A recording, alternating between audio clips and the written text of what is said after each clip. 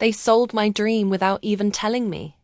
I came home one afternoon and my car, the one I worked years for, was just gone. No note. No phone call. Nothing. But what hit me harder wasn't the missing car. It was the reason behind it. They sold it to fund my sister's London trip. A trip I wasn't even told about. My name is Emily Thompson. I'm 25, freshly out of college, working my first real job as a marketing associate in Seattle. I'm the youngest daughter in the family. The independent one, as my parents always put it. I never asked for much. I worked through college, juggled 2 jobs during the summers, and when I finally saved enough to buy my dream car, a sky blue 2020 Mustang, it felt like proof that hard work actually pays off. I loved that car. It wasn't just a vehicle. It was my freedom, my milestone, my personal reward after years of being the forgotten child. So imagine coming home one day after a long shift, parking in the driveway of your childhood home, and realizing that your car isn't there. I walked into the house thinking maybe my dad moved it to mow the lawn or something. But when I asked, my mom looked at me like I was asking about an old sweater. "Oh, honey, we sold it," she said casually, stirring a pot on the stove. I laughed, thought it was a joke. "You what?" "We needed to help Madison with her London program. She leaves next week. It was kind of last minute, but it's such a great opportunity for her." Madison, my older sister, the golden child. It had always been that way. She was the dancer, the one with awards lining her bedroom wall, the one with parents clapping the loudest at every recital. I, on the other hand, was the quiet achiever, the one who did things on her own so my parents didn't have to worry. They always said I was so mature and so understanding. But what they really meant was, "You'll be fine without our help, because we're too busy helping your sister." That day, standing in the kitchen, I felt something snap. I wasn't angry right away. I didn't yell or cry. I just stood there, like my brain couldn't catch up to what I'd heard. "You sold my car?" I asked again. This time quieter. Mom didn't even look guilty. "It's just a car, Emily. You're smart. You'll figure it out." And Dad? He was even worse. "Don't make this about you. This is a family decision." Madison needed support, and we all had to pitch in. We all? I hadn't even been told. They sold my car without my permission, used the money I worked 3 summers to save, and expected me to be grateful that it went to support Madison. I left the house that night with no intention of returning. I didn't pack a bag. I didn't say goodbye. I just got in an Uber, booked the cheapest hotel room I could find, and stared at the ceiling all night, wondering what the hell just happened. It wasn't just the car. It was the years of being overlooked, of always having to sacrifice, while Madison got opportunities handed to her on a silver platter. The birthdays forgotten, the school events they couldn't attend, the job offer I turned down because they needed help at home when Mom had surgery. And still, they never said thank you. I realized that night, they didn't see me. Not really. And that's when I made a decision. I would leave. Not just the house, but the role they cast me in. I would disappear long enough for them to notice the absence. And when I came back, they'd have no choice but to see me. I started from zero. No plan, no extra money, no long-term place to stay. Just a backpack, a nearly maxed out bank card, and a kind of pain I didn't know how to name. I rented a tiny room in a rundown house in Tacoma, almost an hour from Seattle. It was the cheapest place I could find. The walls were peeling, the air smelled like damp carpet, and the room barely fit a single bed and a folding table. The landlord only accepted cash. The first few days were miserable. I didn't talk to anyone. I couldn't sleep. I'd go to work like a machine, come home, take a cold shower, and collapse from exhaustion. With no car, I had to take 3 buses every day. 2 hours to get there, 2 hours to get back. And through it all, my parents never called. Not once. Not a single message to ask where I was. Not even a "how are you?" They probably assumed I was just being dramatic and would come crawling back eventually, like I always did. They never really thought I'd actually leave. At night, I started writing. I'd open my old laptop and type everything I was learning from my marketing job. Tips, tools, strategies. At first, it was just a way to vent. But then a thought crept in. What if I shared this online? Would anyone care? So I started a blog, then a small YouTube channel. No one watched. 1 week, 2 weeks, a month, still no traction. But I kept posting anyway, every night. Even when it felt pointless. I remember getting my first comment from a stranger. "This helped. Thank you." That was enough to keep going. I lived on the bare minimum. No coffee runs, no takeout. I ate ramen noodles and white rice with scrambled eggs. I tracked every cent in a tiny notebook and learned to survive on $20 a week after rent. But in all that hardship, I felt something I never felt before. Freedom. No one told me to be the bigger person. No one made me feel guilty for wanting something of my own. No one expected me to shrink so someone else could shine. For the first time in my life, I could just be. After 3 months, one of my blog posts was shared by a marketing influencer. Out of nowhere, traffic spiked.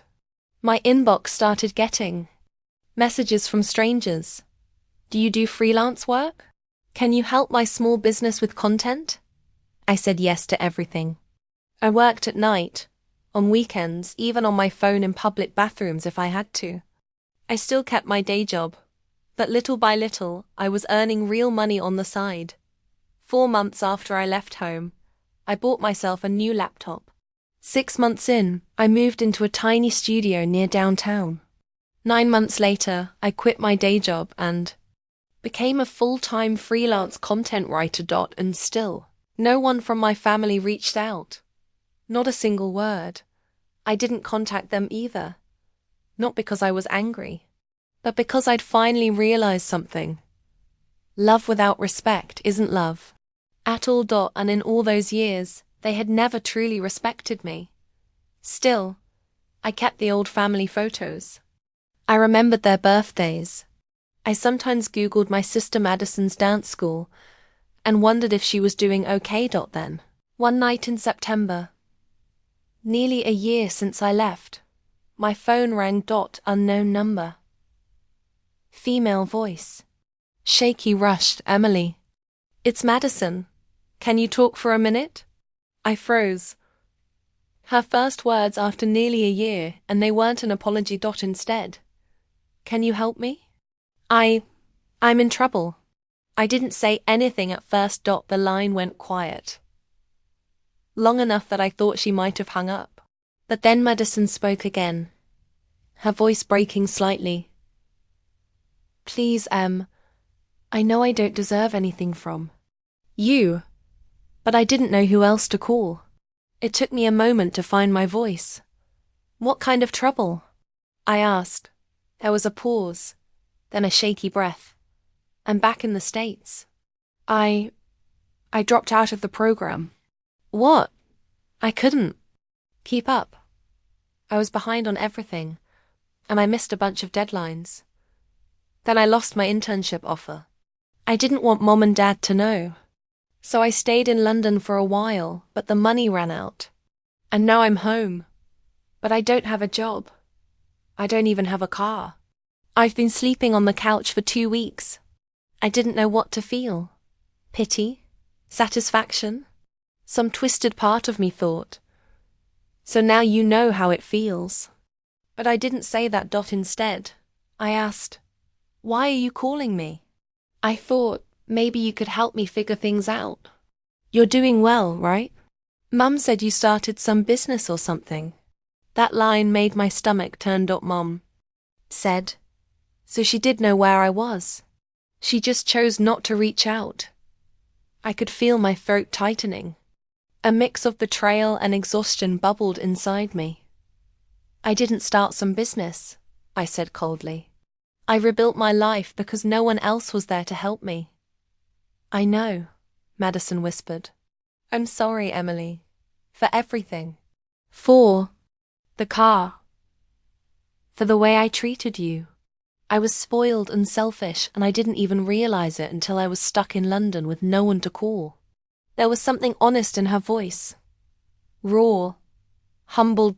And yet, it didn't erase the years of being overlooked, the birthdays missed, the sacrifices I made so she could have a spotlight, the way they sold my car like it was just a trinket, and never even said thank you. "I don't know what you want me to say," I replied quietly. "I don't want money," she said quickly. "I swear, I wanted to talk. Maybe even see you. You don't have to decide now. Her voice cracked. "I miss my sister." I stayed quiet. That night, I didn't sleep. I lay awake in my clean, cozy apartment, the soft hum of the refrigerator filling the silence. I had come so far, fought for every inch of this new life. I had peace now. Freedom. Purpose. Why would I even consider going back to a family that had treated me like a footnote? That something kept tugging at me. Not guilt. Not duty. Just the feeling that maybe, just maybe, the story wasn't finished yet. The next morning, I opened my laptop and booked a rental car. Not the flashy kind. Just something simple, reliable. Then I packed a small bag, threw on a hoodie, and began the drive back to the town I thought I'd left behind for good. I wasn't sure what I was expecting. Cold silence. A guilty welcome. A complete breakdown. But I wasn't doing it for them. I was doing it for me. To see if closure was possible. To look them in the eye. Not as the forgotten daughter. Not as the one who was always fine on her own. But as someone who had finally learned her worth and refused to let anyone take it away again. As I pulled into the old driveway, my stomach turned. Same house. Same porch swing. Same chipped mailbox. But everything felt smaller now. I rang the doorbell. A few seconds later, it creaked open. Madison stood there in a sweatshirt. Her hair in a sweatshirt. Her hair in a messy bun, eyes swollen like she hadn't slept in days. She looked at me like I was a ghost. "Emily." I stared back. No smile, no anger, just calm. "Hey," I said. And for the first time in a very long time, I stepped back into the house I used to call home. Not as the same girl who left, but as someone they were finally going to have to see differently. The house smelled the same. Faint lavender from Mom's favorite candle. The scent of old wood and lemon cleaner. It was strange how something so familiar could suddenly feel so foreign. Madison stepped aside to let me in. I walked slowly, taking in every detail. The same worn couch, the crooked family photo still. Hanging in the hallway, the pair of slippers Dad always left by the stairs. Nothing had changed, except me. "I didn't tell them you were coming," Madison said quietly, trailing behind me. "I wasn't sure if you actually would." I nodded but said nothing. Just then, I heard footsteps from the kitchen. My mother appeared, holding a mug of tea, and froze mid-step when she saw me. "Emily." She blinked like I was some hallucination. Looked her straight in the eye. "Hi, Mom." She set the mug down slowly. "You're here?" "Yes." A long pause. Then she rushed toward me, arms open, voice cracking. "Oh, sweetheart, we've been so worried. Why didn't you call? We didn't know how to reach you." I stepped back slightly. Not dramatically, just enough to make her stop.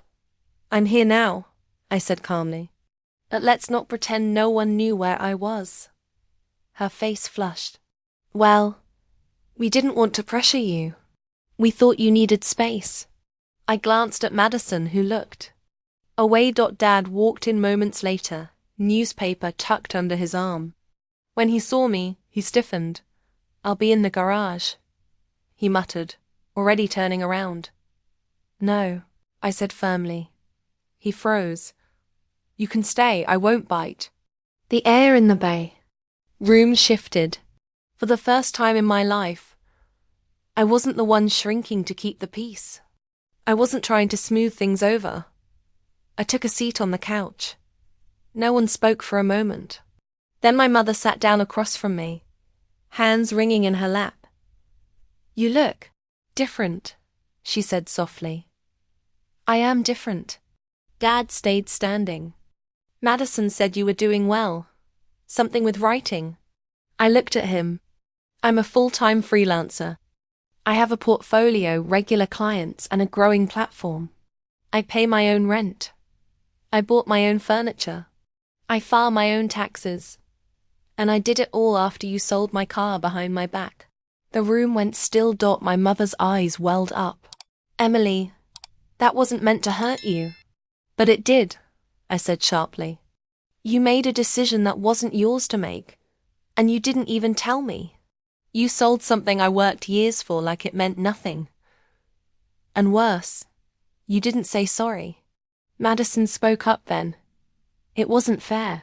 I should have said something, but I didn't know until it was too late.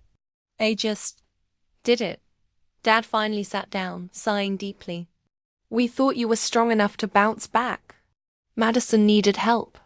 You've always figured things out on your own." "That's not a compliment," I said, my voice low but steady. "It's just an excuse for neglect." Mom looked down at her hands. "You're right." I stared at her. "What?" "You're right," she repeated, her voice barely above a whisper. "We messed up. We've messed up for a long time. We didn't know how to divide attention fairly. And you were always so quiet, so capable. We thought maybe you didn't need use the same way Madison did."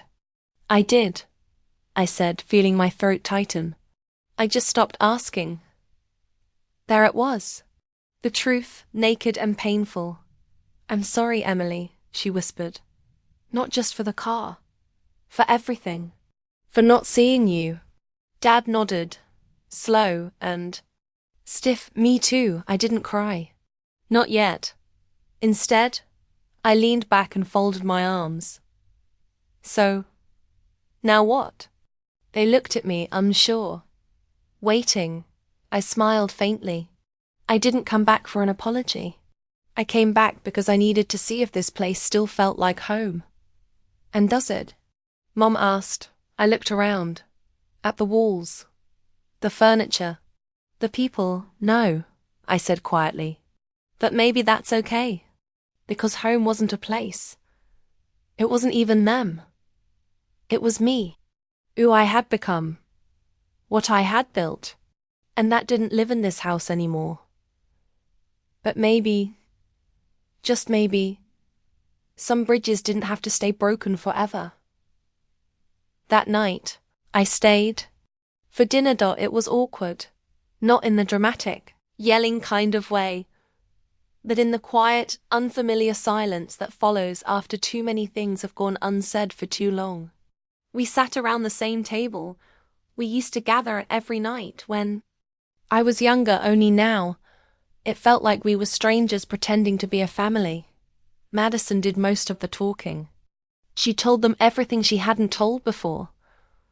About the pressure she felt in London, how she struggled to keep up, how she burned through the money faster than expected because she was trying to keep up appearances.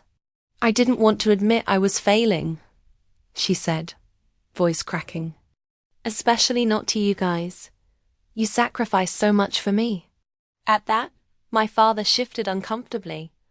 I didn't say anything, just listened. Later, while Madison helped clean the kitchen, Mom sat beside me on the couch. She didn't speak right. Away. When she finally did, her voice was small. I really thought we were doing what was best. I know, I said. That doesn't make it right. No, it doesn't. She looked over at me, her eyes tired, older than I remembered. You've changed, I smiled faintly. You just never really knew who I was to begin with. Her lips parted like she wanted to argue, but then she stopped, nodded, and for once said nothing at all.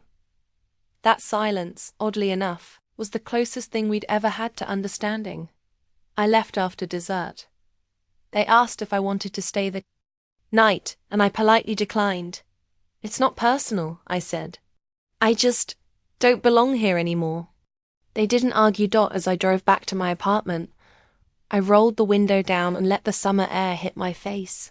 The stars above the trees blurred slightly, not from speed, but from the tears I didn't realize I'd been holding back. Not sad tears. Not quite, something heavier. Deeper.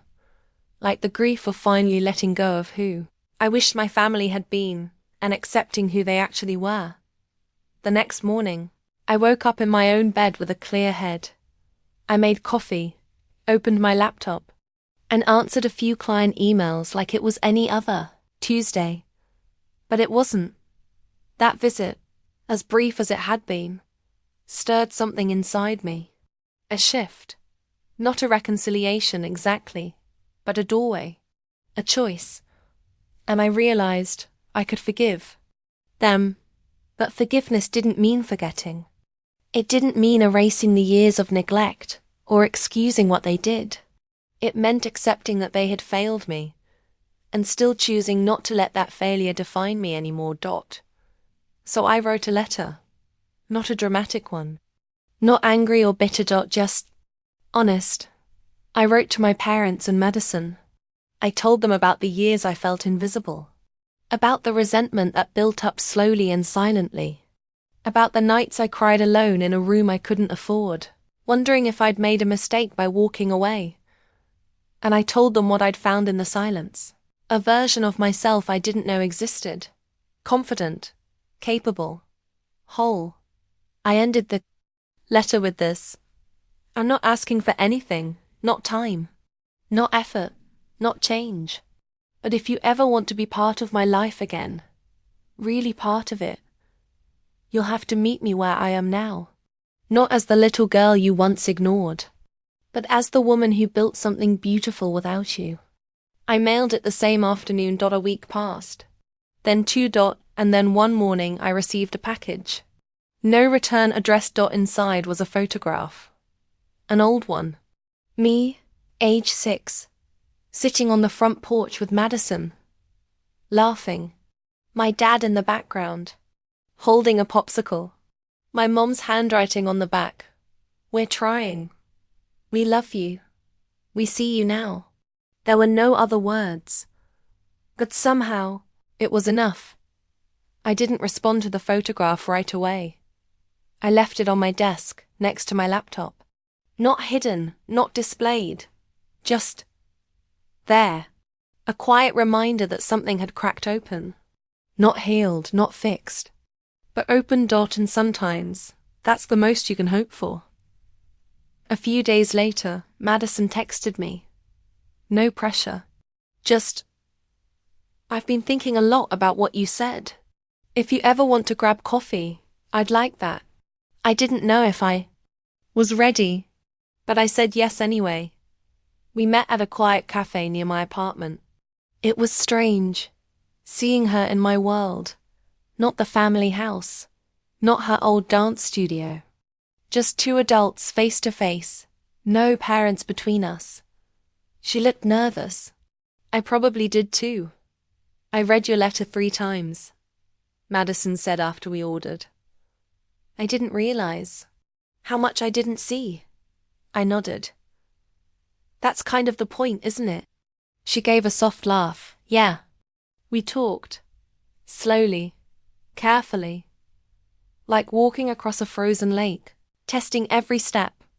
She asked about my work, and for the first time I could tell she wasn't pretending to care. She wanted to know. I showed her one of my recent client campaigns, and she actually looked impressed. Emily, this is legit.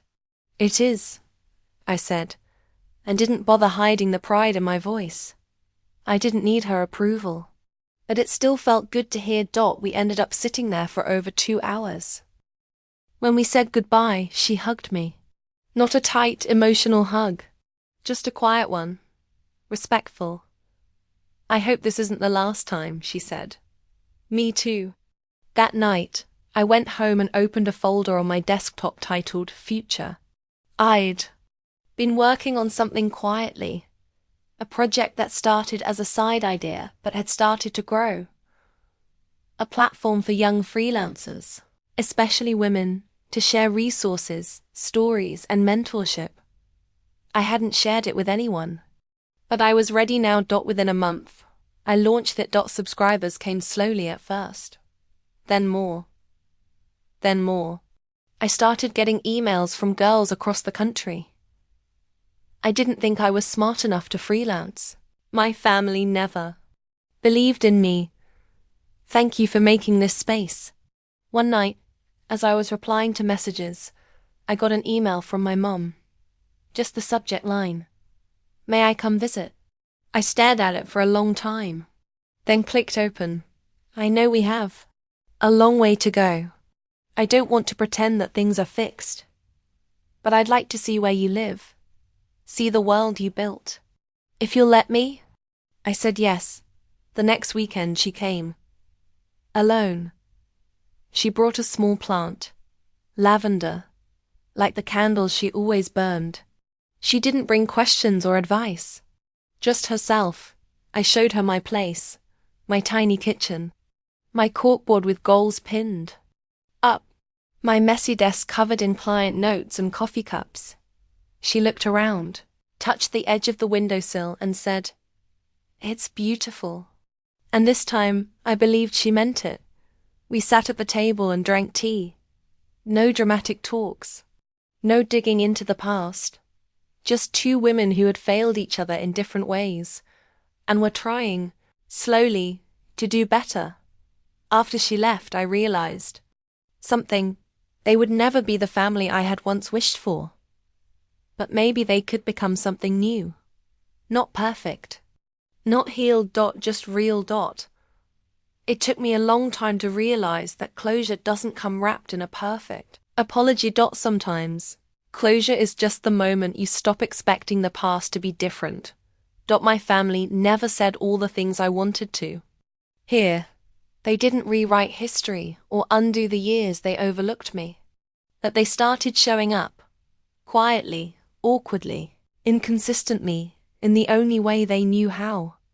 And I stopped asking for more than that. I had built something without them. A career. A home. A version of myself I was finally proud of. Not the quiet girl in the background. Not the one who made things easier for everyone else. Now, I was the center of my own life. Madison came to visit once a week. Sometimes we talk about childhood. Sometimes we just watched movies and said nothing. There were still moments when I caught myself bracing for old patterns. But they didn't come. She was trying. I could feel it in the way she listened. Now, not just to respond, but to understand. My mom sent me handwritten recipes. My dad, well, he wasn't suddenly warm or emotional. But he forwarded articles from business journals and commented on my website with a quiet, dry, nice work. For him, that was a lot. We were not fixed. But we were realer than we'd ever been. And I had stopped bending myself into shapes to keep the peace.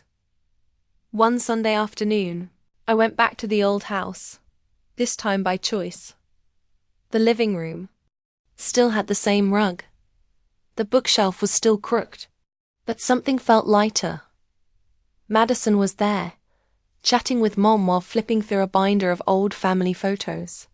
When I walked in, they smiled. Not nervously, not with guilt, just welcoming. They'd saved a spot on the couch for me. A small thing.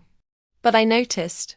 Later that evening, while we were sitting on the porch, my mom asked, "Do you think we'll ever be close the way we were supposed to be?" I thought about it. "No," I said honestly. "But I think we could. Be something better. Because it'll be real this time. No pretending. No more me carrying everything in silence." She nodded, quietly. "That's fair." And it was. Forgiveness, I realized, isn't about erasing pain. It's about deciding pain won't lead your life anymore. It's standing in front of the people who hurt you and saying, "You don't get to break me twice." But also, I'm still open to whatever honesty you can offer now. That was the gift I chose. To give, not to them, but to myself. I left that evening feeling something I hadn't felt in years. Not love, exactly. Not trust. But peace. And peace, I've learned, is the real ending we're all looking for. Months passed. My platform continued to grow. I started getting invited to speak at panels, collaborate with other creators, even mentor a few young women just starting out. I told my story, not for pity, but as proof that survival is not the same as silence. People wrote to me from everywhere. My sister was always the favorite. I thought it was just me. I left my family too. And I never looked back. But now I wonder if I could. And always, "Thank you for helping me feel seen." That sentence stayed with me the most. Because for so long, I hadn't been seen. Not by my parents, not by Madison, not even by myself. But now, I was. By strangers. By students. By girls who had no one else telling them they were worth something. And, most importantly, by me. So if you're listening to this and you've ever felt like the invisible one, the one who gave without being thanked, the one who always figured it out while others were handed everything, the one who left even when it hurt, I want you to know something. You are not alone. You are not selfish for wanting more. And you are allowed to become the person your past never believed you could be. Just like I did. My name is Emily. And this was the story of how I came home. But more importantly, how I found myself on the way there. If you've ever felt the way Emily did, share your thoughts in the comments below. And don't forget to follow the channel so you won't miss the next heartfelt, honest, and emotional family stories.